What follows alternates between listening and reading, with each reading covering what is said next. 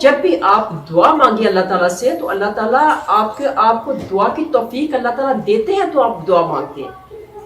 اب مصلی پہ جانے کی توفیق اللہ تعالیٰ کی طرف سے ہے تو آپ مصلی کے اوپر جاتے ہیں، ہاتھ اٹھانے کی توفیق آپ کو اللہ تعالیٰ نے دی ہے تو آپ ہاتھ اٹھاتے ہیں۔ اب جن کو اللہ تعالیٰ نے توفیق ہی نہیں دی ہے وہ کیا ہاتھ اٹھائیں گے؟ شیطان ہے، شیطان نے کہا تھا کہ میں اللہ تعالیٰ کے بندوں کو بہکاؤں گا۔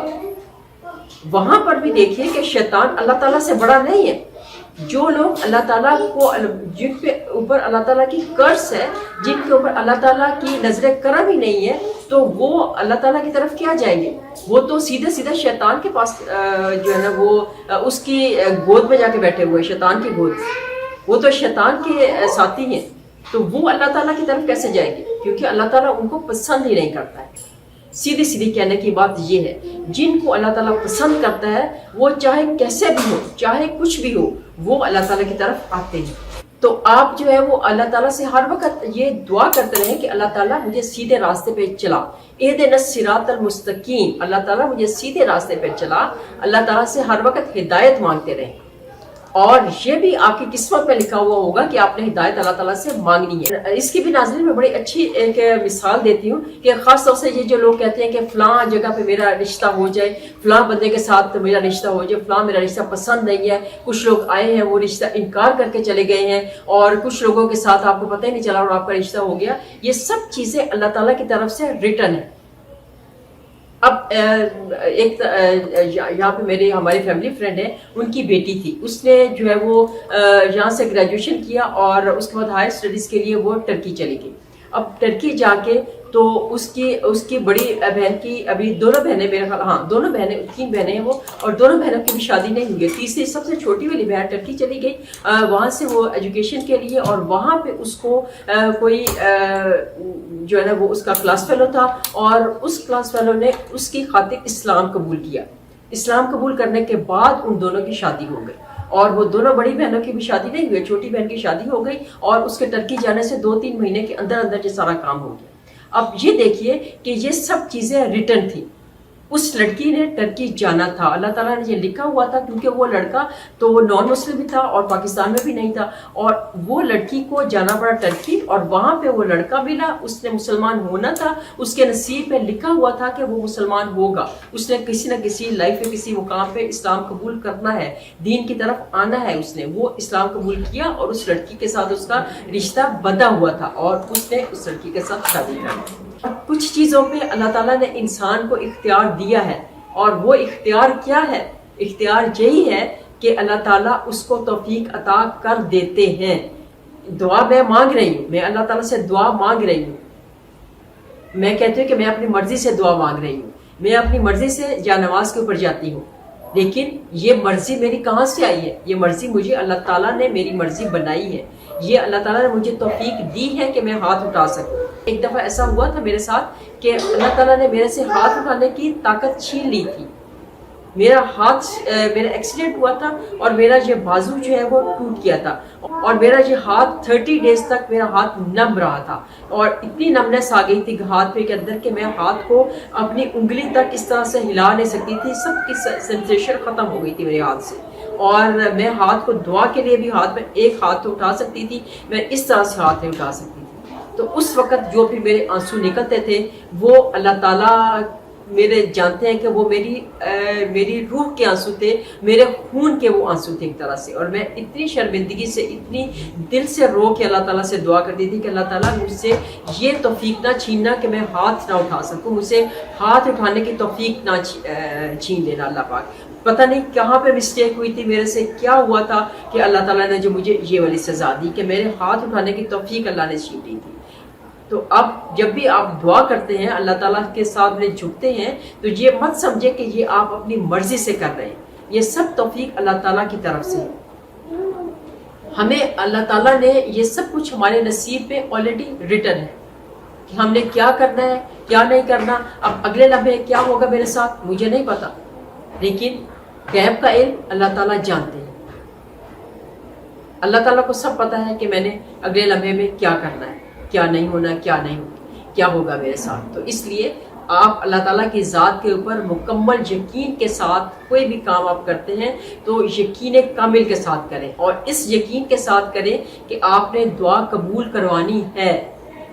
اس کے باوجود دعا قبول نہیں ہوتی تو پھر سمجھیں کہ شاید اللہ تعالیٰ نے نصیب میں ہی نہیں لکھی ہے یہ چیز، کیونکہ جب آپ اتنی دعائیں کرتے ہیں تو پھر بھی دعا قبول نہیں ہوتی، تو یہ بھی آپ کے نصیب میں لکھا ہوگا کہ آپ نے بہت دعائیں کرنی ہیں، آپ نے گھوم پھر کے اللہ تعالیٰ کی طرف آنا ہے، دعائیں کرنی ہیں، اور وہ دعا آپ اللہ تعالیٰ نے دعائیں سٹور کی ہوں گی، دعاؤں کا جو اجر ہے وہ سٹور کیا ہوا ہوگا آپ کا، اور اس سارے سٹور کیے ہوئے اجر کو ملٹیپلائی کر کے اللہ تعالیٰ نے جب ریٹرن کرتے ہیں تو پھر آپ دیکھیے کہ آپ کو کتنا بڑا ریوارڈ ملتا ہے۔ ناظرین جی، سب سے امپورٹنٹ بات کہتے ہیں کہ ول پاور کیا چیز ہے، جو آپ کی قوت ارادی ہے وہ کیا چیز ہے۔ ول پاور کی بیس پہ کہتے ہیں کہ آپ سارے کام کر سکتے ہیں۔ ول پاور اگر آپ کے پاس ہے تو آپ سب کچھ کر سکتے ہیں، جن کے پاس ول پاور ہی نہیں ہے وہ کچھ بھی نہیں کر سکتے۔ اب یہ ول پاور آتی کہاں سے ہے؟ قرآن پاک میں یہ ہے کہ لیس للانسان الا ما سعی، انسان کو وہی کچھ ملتا ہے جس کی وہ کوشش کرتا ہے۔ اب کوشش اللہ تعالیٰ کرواتا ہے، انسان کو اپنی کوشش پوری کرنی چاہیے، اور اللہ تعالیٰ انسان سے کوشش کروا لیتا ہے۔ یہ بھی آپ یاد رکھیے اس پوائنٹ کو کہ میں اگر کسی کام میں محنت کر رہی ہوں تو وہ میری اپنی انرجیز مجھے اللہ تعالیٰ عطا کر رہے ہیں، یہ اللہ تعالیٰ کی کرم نوازی ہے کہ مجھے انرجیز ملی ہوئی ہے، مجھے ول پاور ملی ہوئی ہے۔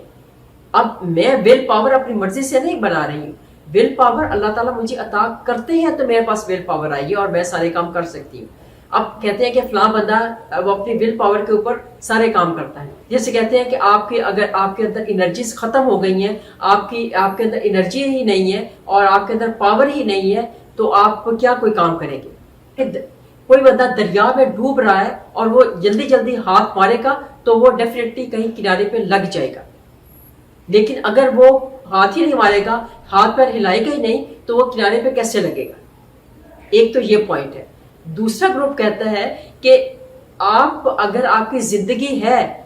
تو آپ کو اللہ تعالیٰ ہمت توفیق دے دیں گے، آپ کو اللہ تعالیٰ اتنی ول پاور دے دیں گے کہ آپ ہاتھ پیر مار سکیں گے اور آپ کنارے پہ آ جائیں گے۔ اگر آپ کے پاس زندگی کا ایک سانس بھی باقی نہیں ہے تو پھر آپ کو اللہ تعالیٰ ول پاور کہاں سے دیں گے اور آپ کے پاس ہاتھ پیر مارنے کی طاقت کہاں سے آئے گی؟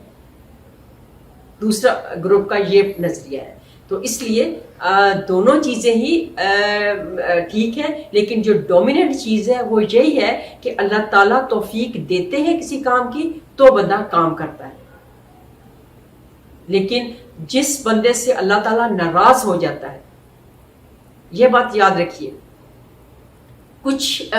روحیں ایسی ہیں کہ جن سے اللہ تعالیٰ ناراض ہوتے ہیں۔ جیسے آپ دیکھیے کہ حضرت آدم علیہ السلام کو اللہ تعالیٰ نے پیدا کیا، شیطان کو اللہ تعالیٰ نے پیدا کیا، اور شیطان بہت مقرب فرشتہ اللہ تعالیٰ کا، بہت عبادت گزار فرشتہ اللہ تعالیٰ کا، لیکن اس پہ کرس ہو گئی اور باقی فرشتوں کے اوپر اللہ تعالیٰ کا کرم ہو گیا۔ اسی طرح سے جب اللہ تعالیٰ نے انسان کو بنایا تو اللہ تعالیٰ نے بڑی خوشی کے ساتھ انسان کو بنایا، اور اللہ تعالیٰ نے بڑے پراؤڈ کے ساتھ فرشتوں سے یہ کہا تھا کہ میں ایک انسان بنانے جا رہا ہوں، ایک انسان کا پتلا بنا رہا ہوں، مٹی کا پتلا بنا رہا ہوں جو کہ